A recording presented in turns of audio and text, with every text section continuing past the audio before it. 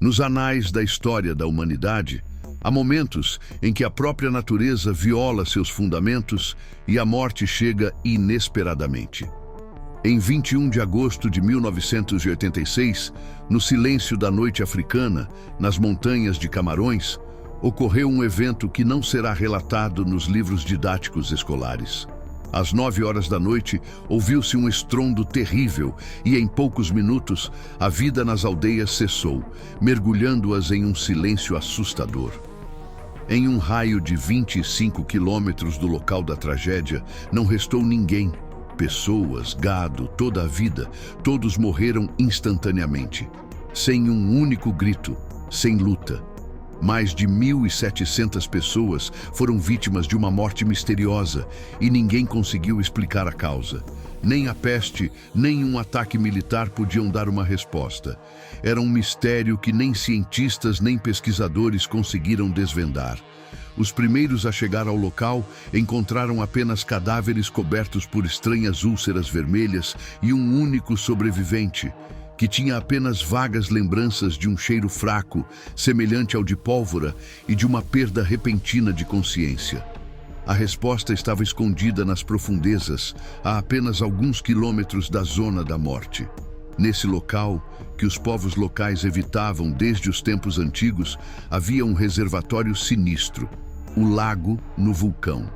Segundo suas crenças, suas águas eram habitadas por espíritos malignos que traziam a morte, e seus temores não eram infundados. Quando o mistério foi desvendado, descobriu-se que a culpa não era dos espíritos malignos, mas de algo muito mais terrível, escondido nas profundezas da terra. Em vez de alertar o mundo sobre a ameaça descoberta, o governo preferiu silenciar a verdade, divulgando apenas informações fragmentadas e minimizando a magnitude do perigo. Eles não mencionaram que o NIOS não havia usado todo o seu poder destrutivo e que muitos outros lagos assassinos se escondiam nas sombras, ameaçando milhões de vidas. Este lugar sempre foi vivo. E as pessoas cujos ancestrais repousavam aqui há séculos sentiam isso. Não por palavras alheias ou lendas, mas por um pressentimento interno e respeitoso, sobre o qual não era costume falar abertamente, mas que era parte integrante de sua existência desde a infância. Para eles, o lago nunca foi apenas uma acumulação de água em uma bacia de pedra. Era um olho que não piscava, o espelho negro, cuja superfície imóvel não olhava para o céu efêmero, mas para o abismo mais silencioso, refletindo não as nuvens, mas apenas o que repousava abaixo, nas profundezas da terra. Nesse lugar ficava a morada dos espíritos, antigos, semelhantes às próprias rochas que seguravam essa água escura, os guardiões. Sua vontade estava inextricavelmente entrelaçada com esse lugar. Eles não eram bons nem maus no entendimento humano, eram uma força primitiva e adormecida, e tinham um acordo. Esse acordo era simples e fundamental, como a respiração. Ele exigia apenas uma coisa: paz absoluta. Os espíritos guardiões buscavam silêncio, o que era sinônimo de respeito. Sua regra era: não perturbe as águas, não invada suas profundezas, não perturbe o sono secular da terra onde repousa a morada. Vivam ao lado, extraiam forças da generosidade que a terra circundante oferece, mas nunca tentem penetrar na própria morada. Ao longo dos séculos, este acordo não escrito foi rigorosamente cumprido. As pessoas sentiam medo, mas era um medo sábio, instintivo, semelhante ao que surge diante de um predador adormecido.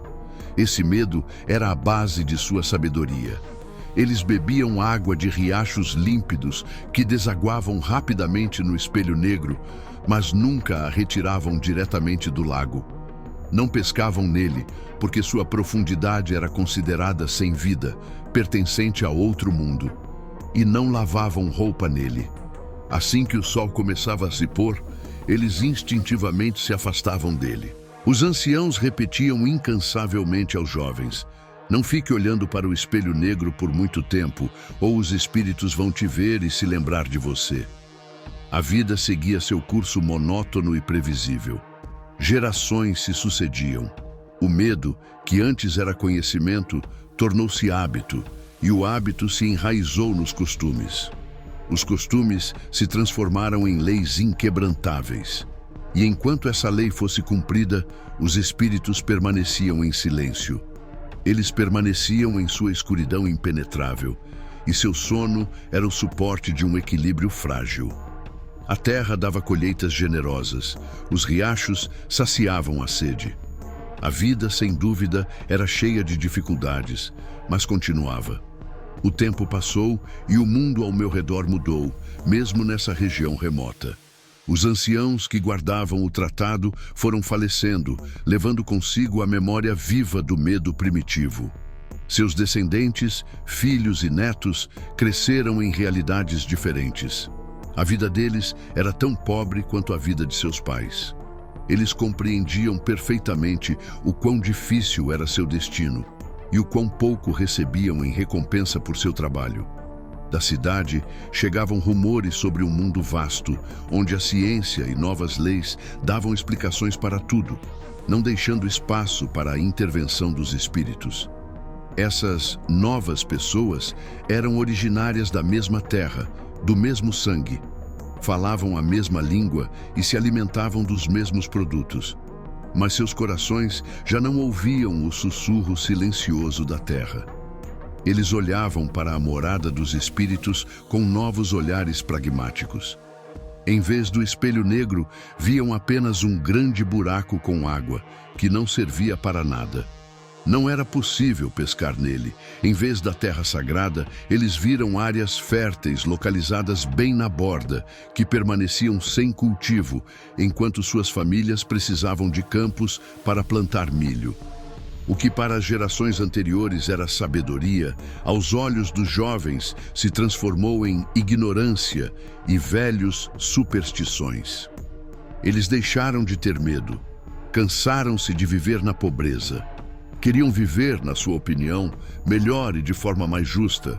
Os velhos falam dos espíritos, sussurravam os mais corajosos. Mas nós só vemos crianças famintas. Se esses espíritos são tão poderosos, por que não nos protegem? Por que nos privaram dos peixes e das terras à beira-mar? Eles deixaram de dar atenção às advertências. A sabedoria acumulada ao longo dos anos lhes parecia enfadonha e eles a rejeitaram. Chegou a hora, como decidiram, a hora deles. Começou a sua nova vida. Eles não vieram para tomar o poder pela força, como os estrangeiros. Eles decidiram aproveitar o que, na opinião deles, lhes pertencia por direito de nascença. O processo de profanação começou. Lentamente, mas de forma constante. Primeiro, eles se aventuraram a arar a terra bem perto da margem, no lugar onde os anciãos proibiam até mesmo pisar. A terra cedeu, e a primeira colheita surpreendeu com um resultado inesperadamente bom. Os espíritos permaneceram em silêncio. Trouxeram coisas novas da cidade para a aldeia. Galões de plástico coloridos, sacos com produtos químicos para os campos, pilhas baratas para lanternas. Mas essas coisas rapidamente se tornavam inutilizáveis e eram jogadas fora. O lixo se acumulava cada vez mais e eles não conseguiam encontrar um lugar melhor para escondê-lo do que a morada abandonada. E tomados por um sentimento de impunidade, eles cometeram a última e fatal profanação. Não foi um ato de uma única pessoa, foi uma decisão silenciosa e conjunta. Eles chegaram à conclusão de que o espelho negro era o lugar ideal para se livrar de tudo o que era supérfluo e estranho, que lhes trouxe o novo tempo. Sacos plásticos rasgados, latas enferrujadas, resíduos tóxicos de fertilizantes e pilhas secas. Tudo isso era jogado nos riachos limpos que alimentam a morada. E tudo isso, no final das contas, acabava no próprio espelho negro, depositando-se no seu fundo. Não era um simples despejo de lixo. Era um ato de desprezo, lançado no olhar fixo dos espíritos. Era um golpe que perfurava o coração da força adormecida.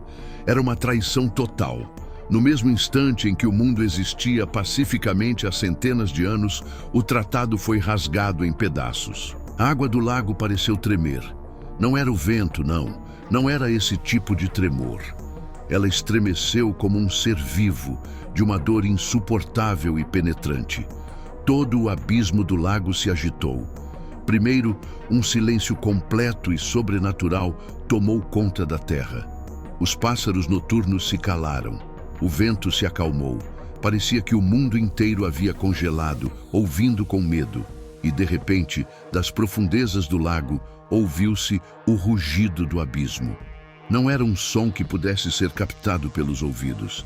Era uma vibração poderosa que vinha de baixo da terra. Ela não chegava aos ouvidos, mas penetrava mais fundo, no peito, nos ossos, nos dentes. A terra sob os pés tremeu, mas não com o tremor característico de um terremoto.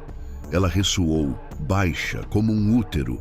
É assim que ressoa um animal enorme que foi acordado do sono. O rugido vinha do coração do espelho negro. Ele subia daquelas profundezas onde os raios do sol não chegavam. Não era um estrondo de trovão, nem uma explosão. Era uma expiração. Uma expiração profunda e ensurdecedora, cheia de raiva acumulada.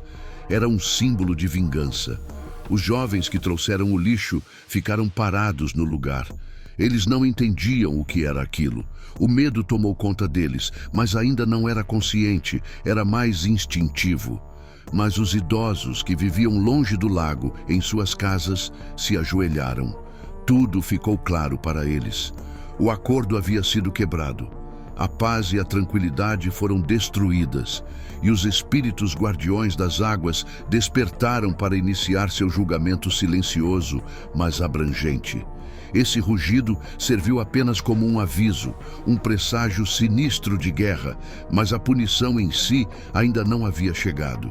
Ela aguardava ansiosamente seu momento, até que o rugido se acalmasse, para então um silêncio mortal e absorvente cair sobre a terra.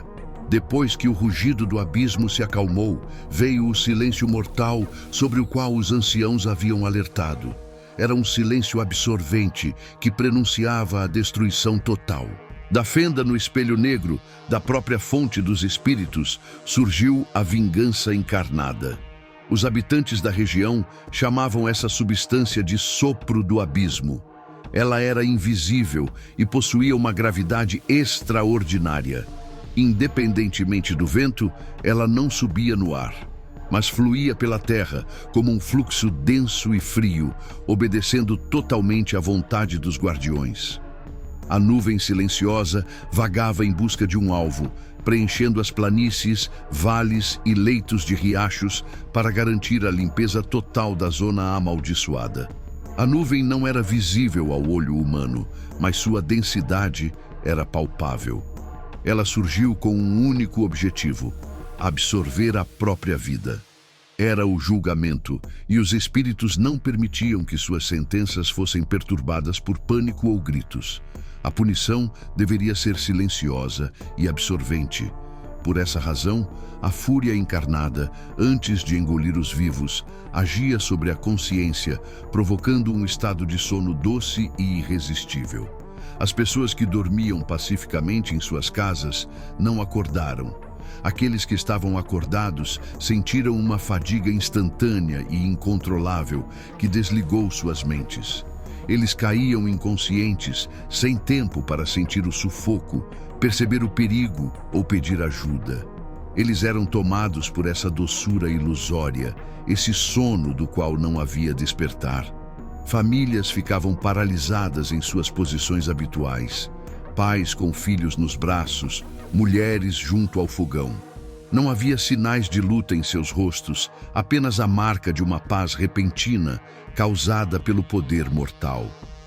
Os primeiros raios de sol, iluminando a zona amaldiçoada, revelaram uma cena digna apenas de horror, uma imobilidade absoluta e insuportável. Em um raio de muitos quilômetros, toda a vida havia cessado. Mais de 1.700 pessoas, gado, aves, insetos, todos morreram. Ao redor, restavam apenas corpos congelados no momento de sua última hora. Os restos dos espíritos deixaram nos corpos de suas vítimas uma marca inequívoca, confirmando que se tratava de uma vingança e não de um acidente. No ar, mesmo depois de muitas horas, pairava um cheiro forte, seco e metálico de pólvora.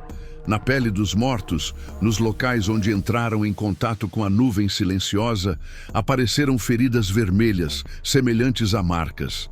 Elas serviam como testemunho de um castigo sobrenatural, que deveria deixar claro para o mundo. O que aconteceu não foi um desastre tecnológico, mas o julgamento dos guardiões. Quando a notícia da tragédia vazou para o mundo exterior, o choque deu lugar ao pânico e à pressa. Mais de 1.700 mortos, espalhados por toda a região, tornaram-se uma ameaça real de surto epidêmico e desestabilização social.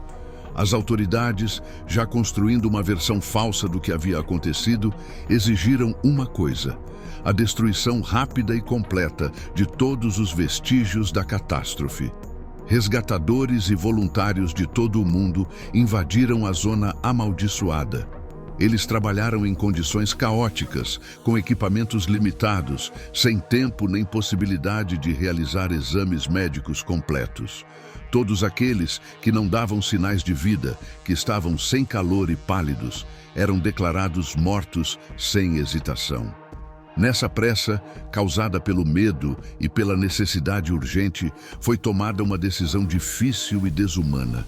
Os corpos foram colocados em caminhões e rapidamente jogados em enormes valas comuns, cavadas às pressas. O tempo não permitia nem cerimônias nem despedidas, apenas a ordem: limpar o terreno o mais rápido possível. Foi precisamente esse caos, essa pressa criminosa, que deu a Ngozi uma chance. Um empurrão repentino e bruto a arrancou de seu doce torpor. A primeira coisa que ela sentiu foi o frio palpável dos corpos que a cercavam e uma forte pressão por cima. Ela estava deitada sobre uma pilha de mortos. Seu corpo se contraiu instintivamente. Um cheiro forte de pólvora invadiu suas narinas, que agora era para ela o cheiro da morte, e um espasmo seco surgiu em sua garganta. Seus olhos se abriram na escuridão total. A respiração do abismo cessou, mas a escuridão era tão densa que ela não conseguiu entender imediatamente onde estava. Apenas uma luz fraca, que penetrava pelo lado, lhe deu a entender que ela estava se movendo. Sob ela, sentia o solo firme e úmido. E então, quando compreendeu completamente a situação, foi tomada por um terror gelado.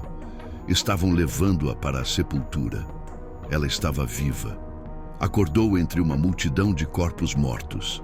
Seu corpo não lhe obedecia, mas o instinto de autopreservação prevaleceu sobre o sono dos espíritos.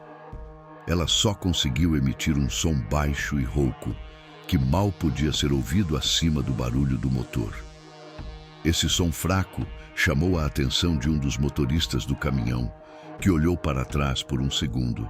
Ele viu as feridas vermelhas em sua pele, seus olhos bem abertos, e foi tomado por um horror que nem mesmo um morto poderia causar.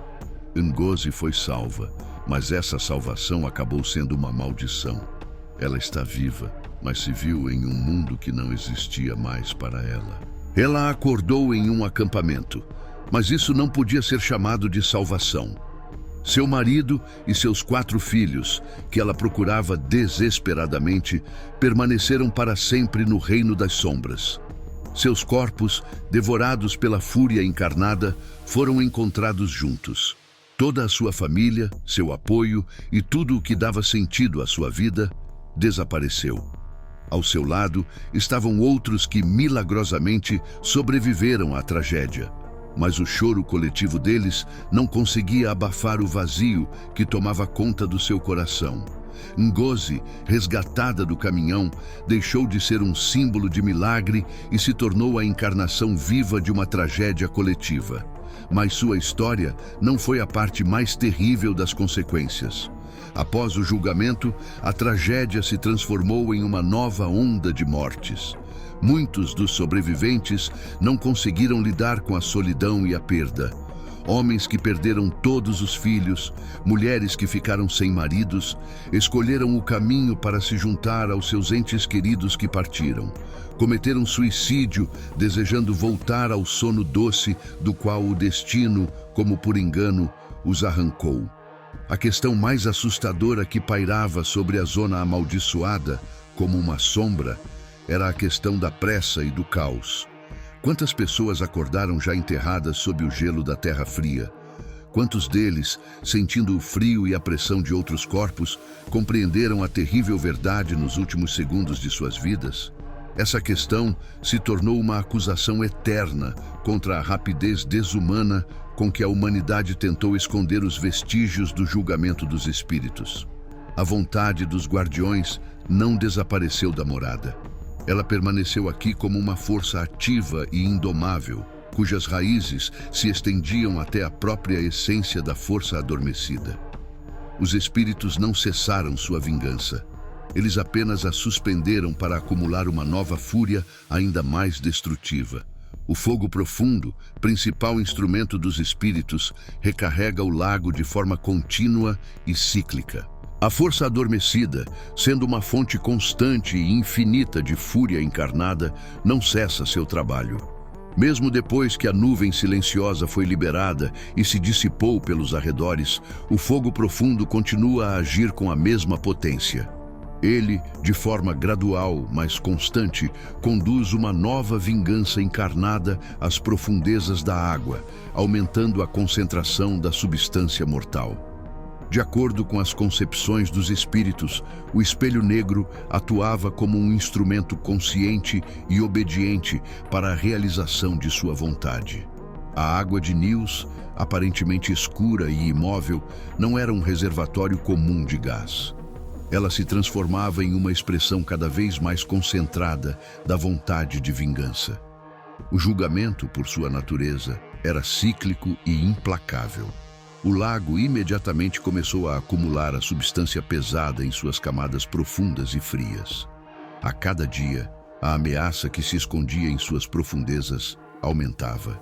Isso significava que a repetição do julgamento não era apenas possível, mas inevitável.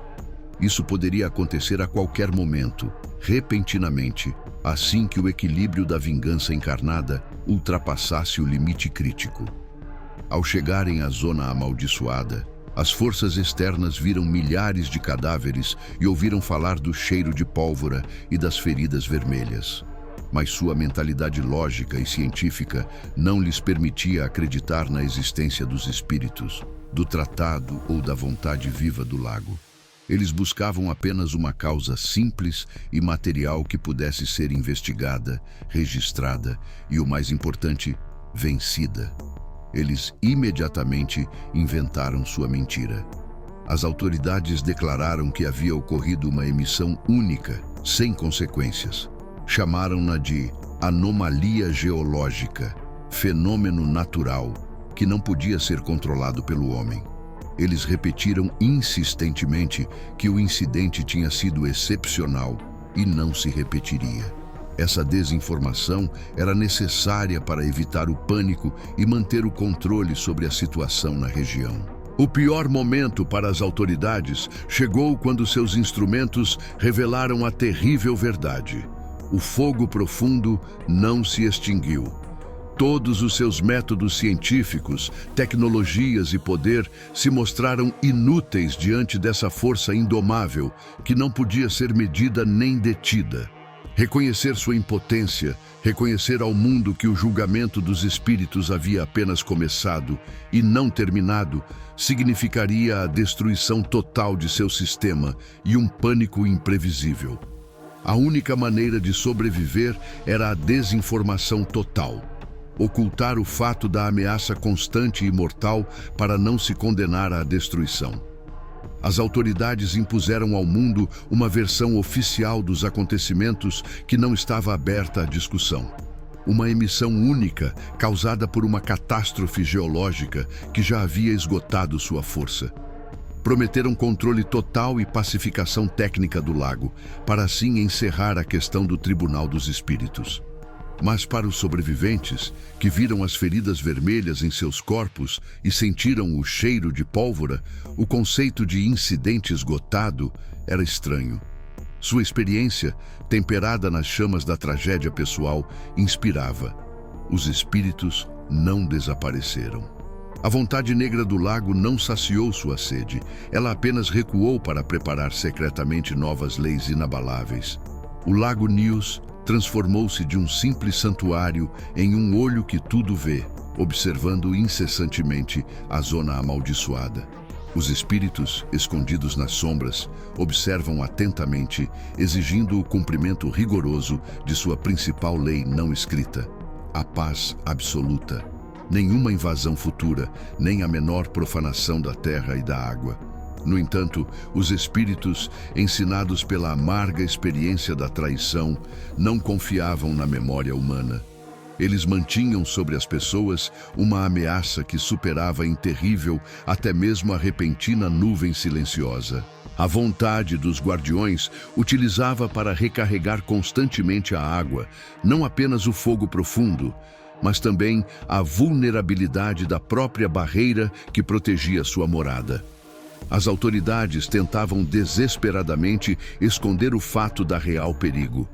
A barragem de pedra que durante séculos reteve o espelho negro estava em estado instável. Seu possível rompimento ameaçava um despejo catastrófico de um enorme volume de água nos vales. Isso se tornou uma dupla punição. Em caso de violação da lei da paz, os espíritos não apenas desencadeariam a vingança encarnada das profundezas, mas também lançariam sobre o mundo da morada pedras, água e todos os tesouros que ela guarda. A ruptura da barragem tornou-se uma prova física e irrefutável de sua lei, uma arma que privaria todos da possibilidade de salvação. Os sobreviventes viam através do véu das mentiras oficiais. Eles não acreditavam nas palavras vazias sobre estabilidade e desgaseificação. As tentativas de controlar o lago lhes pareciam ingênuas e inúteis, capazes apenas de inflamar ainda mais a ira dos guardiões. A única resposta deles ao perigo foi a fuga. Ninguém se atreveu a voltar. Eles não conseguiam passar pelos seus campos para ver as silhuetas paralisadas dos vizinhos mortos. Não conseguiam respirar aquele ar sinistro. Eles abandonaram para sempre aquela terra, levando consigo não apenas a dor, mas também um medo avassalador que penetrava até os ossos. O lago Nyos ficou para sempre afastado do mundo dos vivos, um lugar onde a realidade mística superou a compreensão humana. O perdão dos espíritos não veio. Eles estabeleceram sua lei, que é protegida por uma força indomável, escondida em suas profundezas. Os sobreviventes vivem em constante espera gelada. Eles entendem que os espíritos os observam o tempo todo e que qualquer violação da paz resultará em uma punição terrível para eles. Afinal, os espíritos esperam. E apenas seu silêncio total e gelado separa o mundo dos vivos do silêncio avassalador, que uma vez veio do vazio.